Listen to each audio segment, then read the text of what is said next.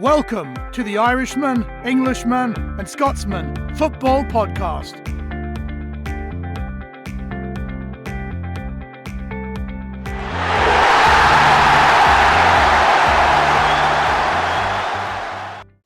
Hello and welcome to another episode of the Irishman, Englishman and Scotsman Football Podcast. Heading into the new year. Hope you all had a good Christmas. Fino, how you doing, buddy? Yeah, I'm good. Happy Hogmanay to you all. Happy Hogmanay, Joe. Is there Hogmanay in Brighton? Not normally, no. We'll save that for Scotland. Oh, you got the sunshine, though, comparing Scotland's got the rain, yeah? It is sunny down here by the beach, actually. Down by the beach. Who will I say?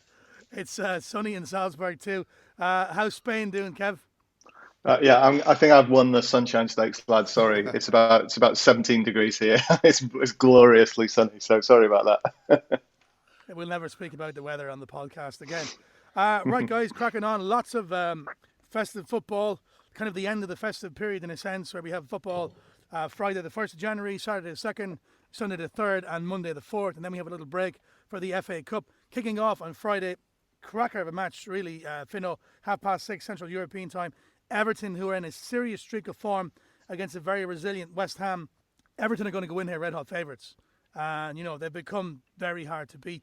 They would have had that extra rest as well from the game against Man City being called off. But, West Ham, like I said, have become resilient, become hard to beat. Antonio's back. You surely have a chance of a draw here. I don't know, to be honest. I don't think it's going to be a very happy new year for West Ham fans, to be honest. Everton, as you said, they had that time to rest the players. They are the form team in the Premier League at the moment. I think that's like 4 wins in their last, 5 or 6 games. And to be honest, from a West Ham perspective, it feels like they're just going through a bit of a slump at the moment. There's no real verve or impetus, I don't feel. We set up really negatively against Brighton. We didn't do badly, but I don't think we necessarily played very well against Southampton. But yeah, look, Antonio to get more minutes, and who knows, maybe we can nick something. Yeah, I'm not sure. I was fairly impressed with West Ham against Saints. They look really, really solid in a way that I haven't seen West Ham in the last few years be that solid. Their 2 central defenders were fantastic. So I'm not expecting a high-scoring game here because I know Everton are in form, but I think they've won a couple of games 1-0, 2-1. They're not kind of smashing teams and kind of blowing them away. So I'm expecting I hate to say it might be quite a boring game, this one. But if anyone's going to win, I would fancy Everton to maybe nick it. Yeah, Joe, I think you're right. Obviously Everton are the favourites and they've got more of a chance. The only thing I'd say is, sometimes when you've built up that momentum, what you want to do is keep playing, really. I know from bitter experience with Liverpool, if they go more than about 4 days without a game, they come back and they're absolutely crap. So you just never know. Everton definitely favourites, but just that adds a bit of uncertainty, I would have thought. Yeah, I think it'll go the other way, Kev. I think Everton, I think they've had their blip. Ancelotti's a world-class coach and they've won the last 4. I think it'll benefit them the break, and I think they'll beat West Ham. Sorry, Fino. Moving on to the evening game on Friday night, 9 o'clock Central European time. Top of the table clash, or very close to it. Man United against Aston Villa. Man United, we actually predicted a few weeks ago, if they won those games in hand, they're right up there. And now they're second place behind Liverpool with a game in hand. This Man United challenge is real, and we have to accept that. But Aston Villa, 2 games in hand themselves of Liverpool, and they're only 7 points behind. They play really free-flowing football. There's no fear in them. This could be the game of the weekend. It really could. But I just think United are a little bit invincible at the minute. Villa obviously drew the last game, but they're hard to beat. I think United will sneak it, but it won't be easy. Yeah, Man United got there in the end against Wolves, I think. But, I watched the game and I thought they were determined without really troubling that Wolves defence too much until they got, the winning goal after whatever it was, 93 minutes. I do think this will be another good game. I think Villa are on good form. As you say, they're about to, if I look at the goals difference, they're actually the ones that could go second on goal difference as opposed to Man United if they win their games in hand. It is a bit of a psychological boost for United if they can win that game and go in, level on points on Liverpool and really start to apply some pressure. That being said, I had a couple of conversations with Liverpool fans in the past about the aura of a title-winning captain. And, I spoke about Jordan Henderson a few times in the pub in Salzburg about him not feeling like a Champions League winning captain when they played Real Madrid. A year later, they played Tottenham, and he did have that aura of being a winning captain. And then again, when they won the Premier League, he felt like he'd grown into that role as a captain. And I just don't know if Harry Maguire is that same, title-winning captain. So it'll be interesting to see long-term if this United team can, sustain that title challenge. But yeah, when you've got players like Cavani, Martial, Rashford up top, it's definitely easy to see how they could. I've seen lots of talk on social media recently about, is Bruno Fernandes now the best player in the league in front of Kevin De Bruyne? I thought it was an interesting kind of topic. I hadn't watched much of Fernandes, but I did watch the last couple of Man United games. I thought he was outstanding. He's just so good to watch. He's so intelligent. He just seems to be everywhere, all over the pitch. He's a massive, asset for them. Whether he can continue playing, 3 days a week until the rest of the season and have that impact, I'm not sure. But I must say, yeah, he was brilliant to watch. And I mean, what a story this is. It was only 4 or 6 weeks ago that there was so much noise around Man United and Solskjaer that he was going to be sacked. So for them to be sat there, second in the league, 3 points behind Liverpool, is just remarkable. Yeah, it's an amazing turnaround, you have to say. We actually spoke about it here on the podcast that Solskjaer could have been, I think, favoured for the sack at one stage. Fernandes is an all-round player. He's got everything. But the thing that impresses me more about than anything else with Fernandes is his positional sense. And he always seems to appear in the right place at the right time. It might have been the Southampton game, Joe, I'm not sure, where I think he got one and Cavani got a couple, and he was doing nothing the whole game. And he just pops up and bang, he gets the goal. He's got this real kind of a sixth sense that back in the day Rob Lee had for Newcastle, Frank Lampard, Scholes, to appear in the right place at the right time as an attacking midfielder. I fancy United. Is he the best player in the league? Yeah, I think if you're looking at the best Premier League player, I think, he'd be up there with De Bruyne. I'm not sure I put him ahead of him just yet. I think this is a really good test for them, though, isn't it? We've been talking about how, what did you describe it as, their kind of low-key title challenge last time? And it is, I'm not putting the dampers on them at all, because I think they're really good. And I think they absolutely will challenge for the title. But it's a little bit harder when you are talked about as the favourites, right? It's, in a way, it's almost easier to be that side, just, bubbling under. And all you've got to do is just, if you win 2 out of 3, everyone's going, oh, that's really amazing. What have they got? It's pretty good, isn't it? But there's a couple of draws mixed in. It's, like I say, no one has yet gone on and put 5, 6, 7, 8, 9 wins together in the same way that we've seen in the last 2 seasons, or maybe 3 seasons. That sort of form has been required to win the league. Like, clearly that's not going to be required to win the league this time, right? This is enough, but will they be able to do that kind of run to keep it together? And huge test for them. Let's see. And actually, when you look at their next Premier League game after the Aston Villa one, it's Liverpool at Anfield. And so you'll really see, the next 2 Premier League games, what this Man United team are made of. Injuries come into it as well. Big clubs obviously have big players and a bigger squad. You've seen Liverpool last night obviously had 2 players out, I think, the 2 kids on. Apart from that, it was a billion dollar team, basically. But Man United seem to be lucky enough with injuries. And that midfield quartet, and I know you don't rate McTominay as much as I do, Fino, but I think he's class. He got a couple of early goals against Leeds. Then you've got, obviously, Paul Pogba, who is an idiot, but on his day can be world class. And you've got, Fernandes, who is he the best player in the league, and Donny van de Beek. So if 2 come off, 2 come on, you can rest 2. You've still got 2 of the best players in the league coming on. And I think their strength and depth is going to stick to them. Bigger teams will invest, obviously, in January, but I think Man United could be that team to go on that run, Kev, the way things are going. But obviously, we'll know a lot after the Anfield trip. Moving on to Saturday, early game, Tottenham against Leeds. Hopefully this goes ahead. Obviously, last night, Fulham and Tottenham didn't go ahead. Spurs, of course, will benefit from that rest. They're playing a really free-flowing, free-scoring Leeds team. And Leeds just keep going. Every week we talk about them, but you know what I mean? They're banging in the goals and they're getting the win.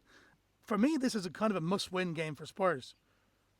Because it's okay having the games in hand, but, you're dropping down the table a bit. And I actually fancy Leeds to go and win at Tottenham. I really do. I think, it's a brave statement, but they're just so bold and they're so aggressive. And how they play football is very hard to play against. And Mourinho will sit back and look to counter. But I just think Leeds have they're on a run, and I don't know when it's going to stop. I was very surprised when I looked at the form guide in the last 6 games for Tottenham. I wasn't aware that their slump had been quite so drastic. They've only won one game in their last 6 matches. So, to still call them title contenders when you've only won 1 in 6, I'm not convinced now. For this game, Leeds obviously scored 5 against Newcastle, 5 against West Brom. They're just incredible to watch. Their forward line is exceptional. And I thought it was the goals against West Brom that impressed me. They were all really great goals to watch, kind of on the eye, just fantastic strikes. I really can't call this one. It's going to go one of two ways, I think. It will either be a kind of end-to-end all-attacking game, or Spurs will put 9 players behind the ball and it will be attack versus defence. But hopefully Leeds can, carry on their run. Yeah, I'm really intrigued to see how Leeds line up for this one, and also how Tottenham line up, because, will Marcelo just simply use the same tactic that he used against Big Sam, which worked so well? Again, Tottenham are stout, they're compact, but it doesn't, as you said, in the form, it doesn't really seem to have worked for them recently. If Leeds carry that, same attacking intent, that free-flowing intent that we've seen for the last, however many games, it'll be really interesting tactically, because then you'll have the opportunity for Son, Kane, etc. to really kind of go forwards on the counter, and I could really see it being very free-flowing, end-to-end, very much like a basketball game. I think Tottenham will really fancy this, I really like Leeds as well. What's not to like? Played, 30 goals scored, 30 goals conceded. There's everything to like about that sort of form, but they're not going to be gifted the sort of start that they were against West Brom, which we'll get onto in a minute, I'm sure. And I think Mourinho will be licking his lips a little bit. He does tend to pay a lot of respect to managers like Bielsa, right? So I think you're right. They'll line up very solid, very defensively, but they will pick them off, I think. And maybe it'll be sort of 4-2 or something like that. But I think this is the game for Spurs to get back to winning form. Indeed. Next game, 4 o'clock on Saturday. Crystal Palace at home to Sheffield United. Palace got the draw against Leicester. Sheffield United tails of woe again. They've lost 5 of the last 6. For me, they're relegated, 2 points. But for Palace, I think this is sort of a must-win game, because you can very easily, as Joe pointed out last week, I think, get dragged into that relegation, that zone. Because like the likes of, Burnley are improving. Fulham, obviously, unbeaten in the last 4. West Brom will probably do something under Big Sam. I think they will. They have to, because he's never been relegated. So for the likes of Palace and even Newcastle, this is a crucial period not to kind of get dragged into that relegation zone. And I just think that, once again, we spoke about a few weeks ago about how the strength and depth that Palace have, and those big names that they have on the bench, they're going to have to start playing sometime. But I think they'll have too much for Sheffield United. Yeah, I'd have to agree. Although I think Sheffield United will go into this match thinking that they can pick up their first win of the season. I don't think they'll be scared going to Crystal Palace. I was a bit disappointed that Leicester went to Palace and rested like 5 or 6 or 7 of their players on the bench. So I know Palace were leading in that game, and they'd have been disappointed to concede the equaliser. So I'm not 100% convinced that Palace are going to win this one. I think Sheffield United may actually get something. What was quite interesting about that Palace-Leicester game was, first of all, how good Zaha's goal was. I mean, it was really, top end of the league, team style play. But also, they defended really well, and actually the goal from Leicester was a well-worked goal from Leicester, and they are up the other end of the table. And I just don't know whether or not Sheffield United have that attacking... Well, when you've got Ollie McBurney up top, put it this way, it's not exactly going to be, really nice, intricate play. So yeah, I think Palace will look good value. Sheffield United will want to, make it a bit of a fight and probably drag them down to Sheffield United's level, so to speak. So yeah, I think if Palace play to their game, they should win by a couple. Brighton host Wolves at 6:30 on Saturday. Joe, you could probably broadcast this game live from your living room window if you can see the stadium in sunny Brighton. Brighton, not quite. I watched Brighton actually against Arsenal, and they played very similar football to Arsenal. Just the end product, I think that the only difference really was the quality of Lacazette and his finish when he came on. Brighton were unfortunate. They played really nice, intricate football, as do Arsenal, or try to. And I thought they were unlucky not to get a point. Wolves, of course, will be stinging from that Man United game. Looking at the Premier League table, Brighton again hovering just above the relegation zone, 13 points. Fulham in 18th place on 11. This is, for me, it's a kind of it's a not lose game for Brighton. Yeah, so I think Brighton haven't won a match since they beat Villa in November. So I think they're one win in eight. There's quite a bit of discontent down here at the moment. I think I mentioned it last week. Graham Potter seems to change the team every week, and fans don't have no idea what's going on. So they played quite well against West Ham, Fino, and picked up a pretty good 2-2 draw.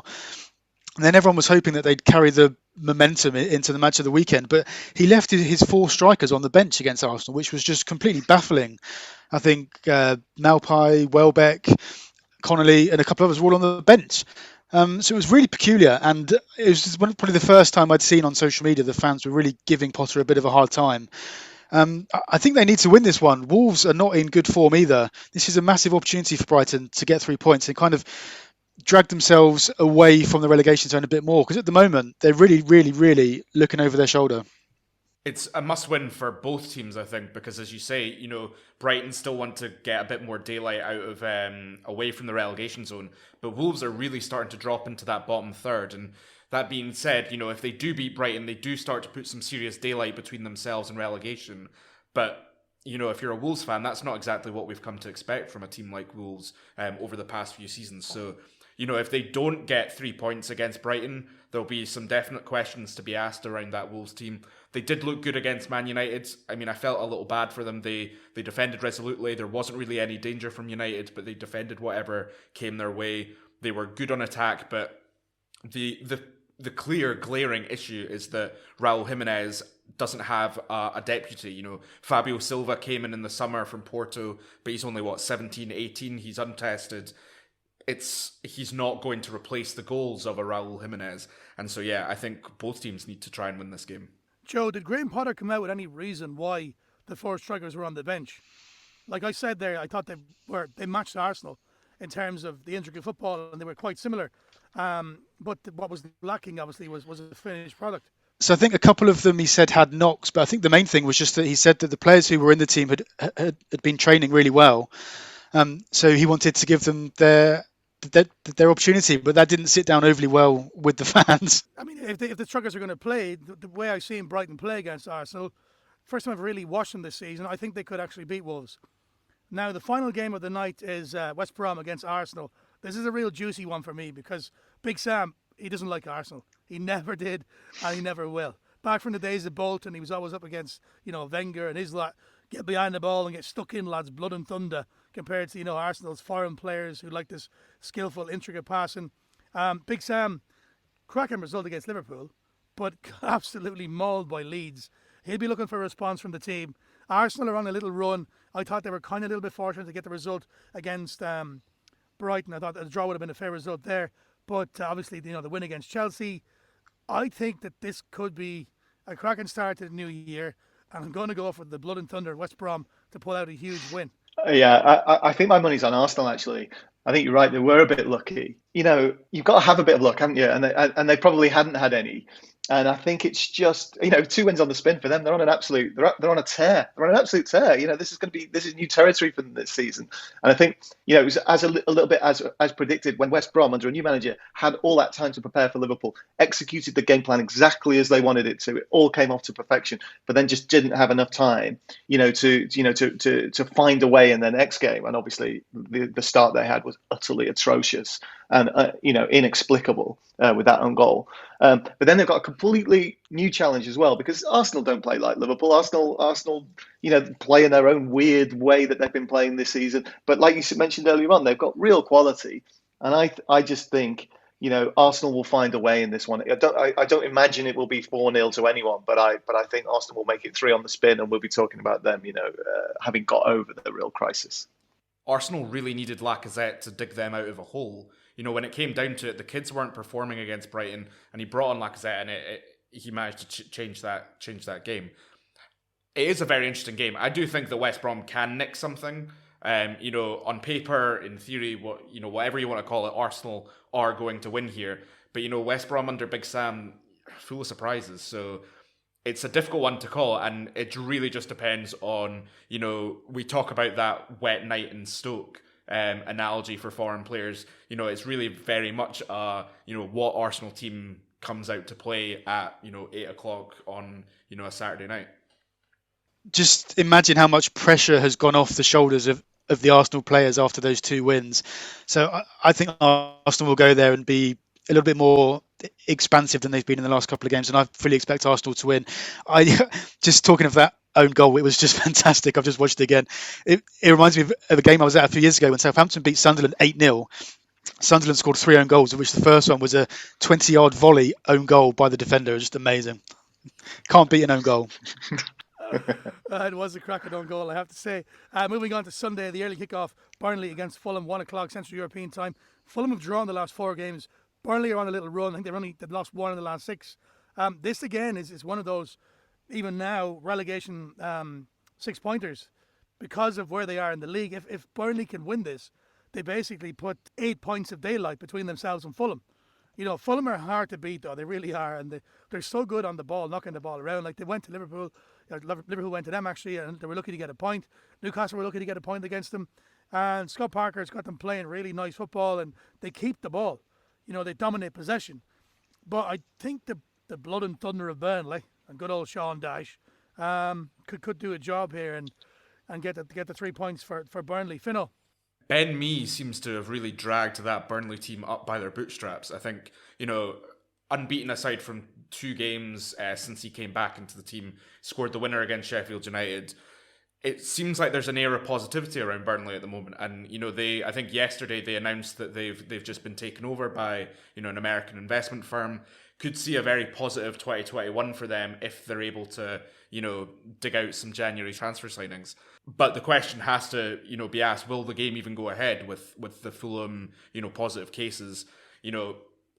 It seems like we're at a stage where, we're starting to see more and more players drop down with positive tests. And, Big Sam talked about it, about a circuit breaker. Who knows whether or not this game will go ahead. But actually, if you're Fulham, you do want the game to go ahead because you need points on the board. I think, games in hand aren't useful when you're having to play 2 or 3 games in March or April and you're then playing Saturday, Wednesday when your relegation rivals are only playing once a week. Moving on, Newcastle versus Leicester, 3:15. Now, I'm delighted with the result last night. Newcastle against Liverpool, they got the draw. But the performance for me was so dogged.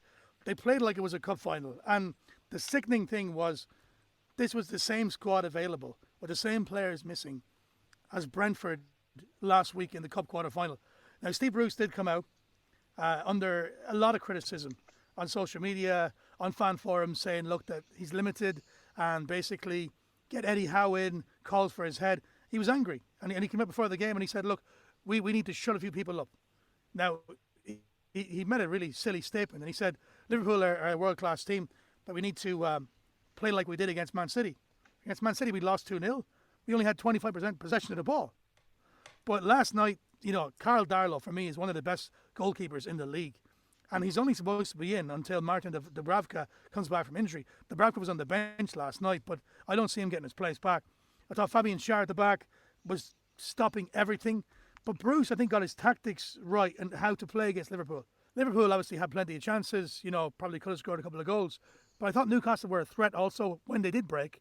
Callum Wilson really should have scored. I mean, he destroyed, I don't know who the centre half was, maybe Phillips, the guy that came in, I think that's his name. Big guy, but he left him for dead, one-on-one with the goalkeeper, and Fabinho pulled off a brilliant goal-saving tackle.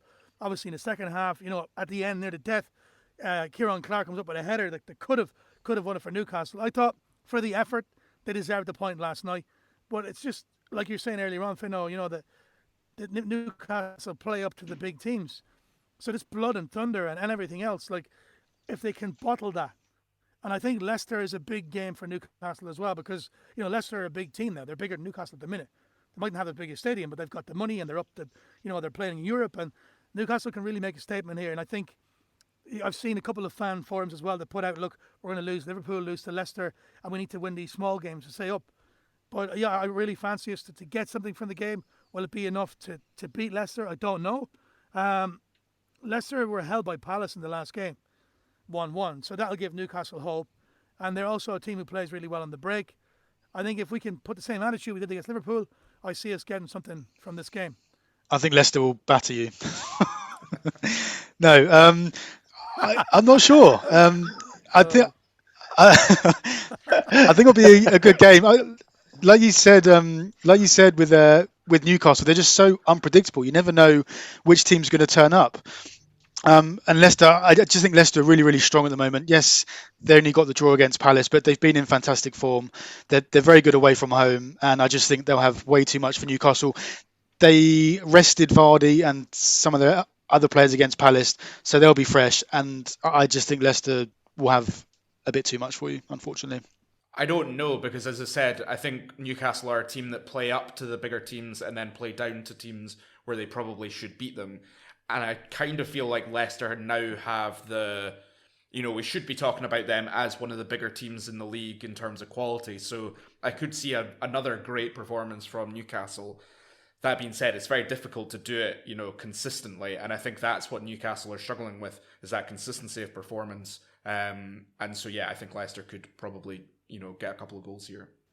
I think that's exactly right. I think it's going to be hard for Newcastle to find levels of stamina and commitment to match those from that Liverpool game. So I wouldn't be surprised. I'm not going to say a battering, but I wouldn't be surprised if Leicester managed to pick off a win here. I just think it'll be very hard for Newcastle. Yeah, I mean, there was a few guys rested last night, but they wouldn't be first teamers, the likes of Andy Carroll, Dwight Gale. Last night, though, Kevin, at the end, the likes of Isaac Hayden was out on his feet. Yeah, Alcantara came on, he just made a lunge at him. They're wrecked, absolutely wrecked. And also, he's another guy who's recovering from COVID. Sadly for Newcastle, there's still no sign of Jamal Lascelles, the club captain, or Saint Maxima, who's in France, and still, God knows when he's going to come back. If he'll ever come back, it'll be sold in January, who knows. But yeah, I'm going to stick by my team, and I'm going to go for Newcastle to get a result here, regardless of what you say, Joe. Um, the biggest game of the weekend is at the Bridge. Chelsea against Man City, 5:30 on Sunday. Chelsea are in a bit of a sticky run of form, and Man City, for me, are starting to turn the tide. They're starting to come into the old kind of Man City we know. Obviously, there'll be pressure on Chelsea after recent results, and having been beaten by Arsenal. I think their team needs another year to get into title challenge, that groove. I think Man City will have too much for them. Fino. Chelsea v Man City screams like game of the week material, but it's also very much prime for like game that won't live up to the hype. City, I think, could win 1-0, they could win 4-0. Giroud could, score in yet another big game for Chelsea. I'm really not sure which way it'll go. Chelsea at Stamford Bridge, usually pretty strong. I'm just hoping really for a good game of football and that it's not two teams cancelling each other out. Going forward, personally, I think that Chelsea have a stronger, mid to front than Man City at the moment. If they're on form, then they could cause that Man City defence some problems. But yeah, very difficult to call this one. I don't know about anyone else, but has anyone else been surprised by the nature of some of Frank Lampard's interviews after the matches? He seems pretty downbeat, doesn't he? And he seems to have called out some of his players, which you don't see the likes of Klopp doing. I was just surprised at how kind of negative he seemed, and I think it's just a sign that he is feeling the pressure.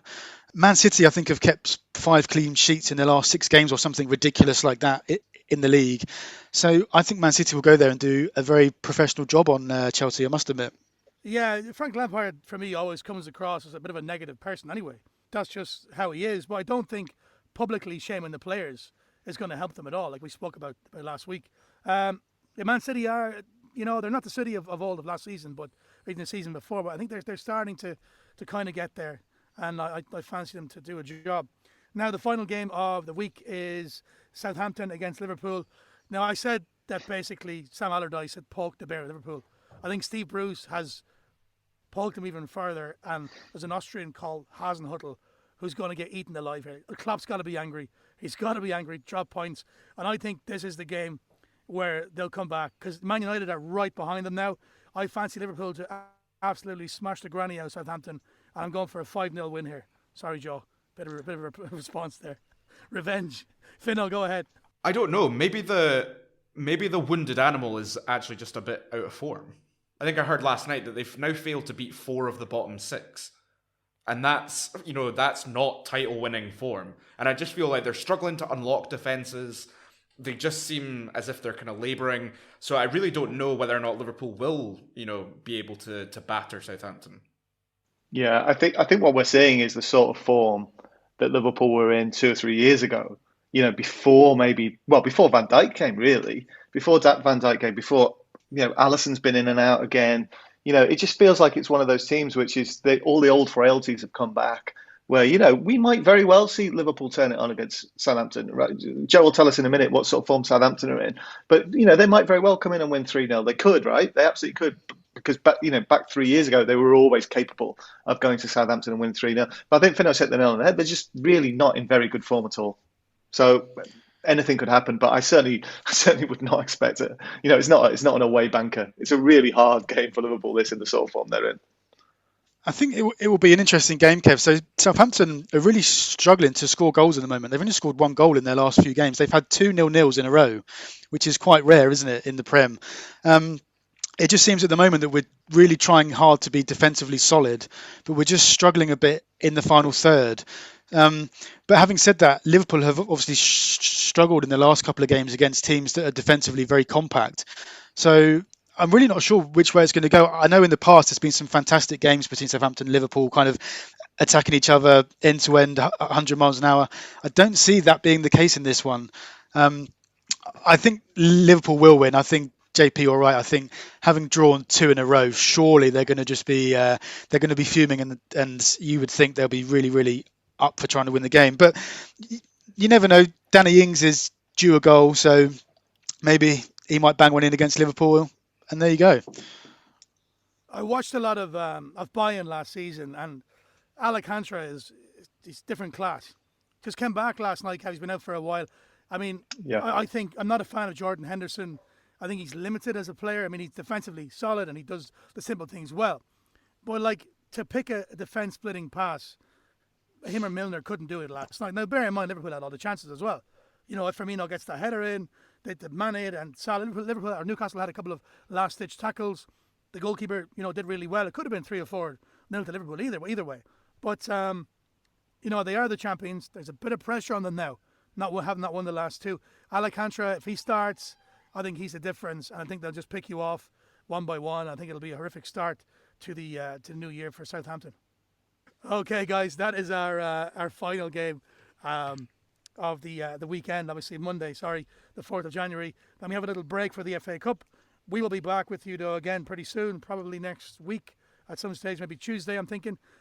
Before we go anywhere, of course, we could not finish out a show without the poetic Paul McCartney of the Irishman, Englishman, and Scotsman Football Podcast. Kev, what have you conjured up for us this week? I've picked out my hero of the year. Might be a surprise to some people, and let's see how this one goes. I'm not sure if it's quite midwinter, but Jesus Christ, it sure was bleak. And no, I don't mean 2020, just the games we had this week. Sure, there were exceptions, but generally it all fell flat as Liverpool clung on in first, but showed again they ain't all that. 16 matches gone this season, and only one thing's crystal clear, that Man United's Marcus Rashford is the hero of the year. Not content with raising money, feeding children, shaming Tories, Marcus struck in stoppage time to rewrite all the back page stories. Wolves were holding steady as United's midfield misdirected till Rashford cut inside and saw his hopeful shot cruelly deflected. Nightmare for the keeper, who is stranded, utterly wrong-footed. Nuno Espirito Santo scrapes his beard and looks completely gutted. United's title bid is up and running now. They're at the gallops. Second place, a game in hand. Could Solskjaer be the new Sir Alex? There's ages still to go, but this is looking like a team that's lethal. And thanks to Rashford, they may even have the goodwill of the people. There wasn't too much else to shout about in this cold Christmas week. Arsenal struck again v Brighton, 2-2, a winning streak. Thank God for Leeds United, who made stuffing of a West Brom side, who started off at Ellen Road intent on defensive suicide. That own goal from Romain Sawyers defined the word nonsensical and set Bielsa's team up for a 5-goal winter festival.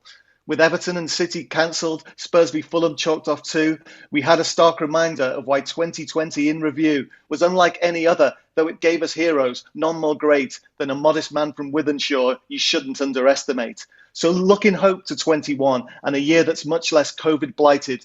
Get your vaccine when you can and put your bets on Man United. Brilliant stuff, Kev. And of course, as always, We love your Portuguese pronunciations. Thanks a lot, guys. Kev, thank you very much. Cheers. See you again soon. Thank you, Fino. Cheers, guys. Thank you, Joe. Thanks very much, JP. See you all soon, people, and enjoy the games. And we wish you a happy new year once again.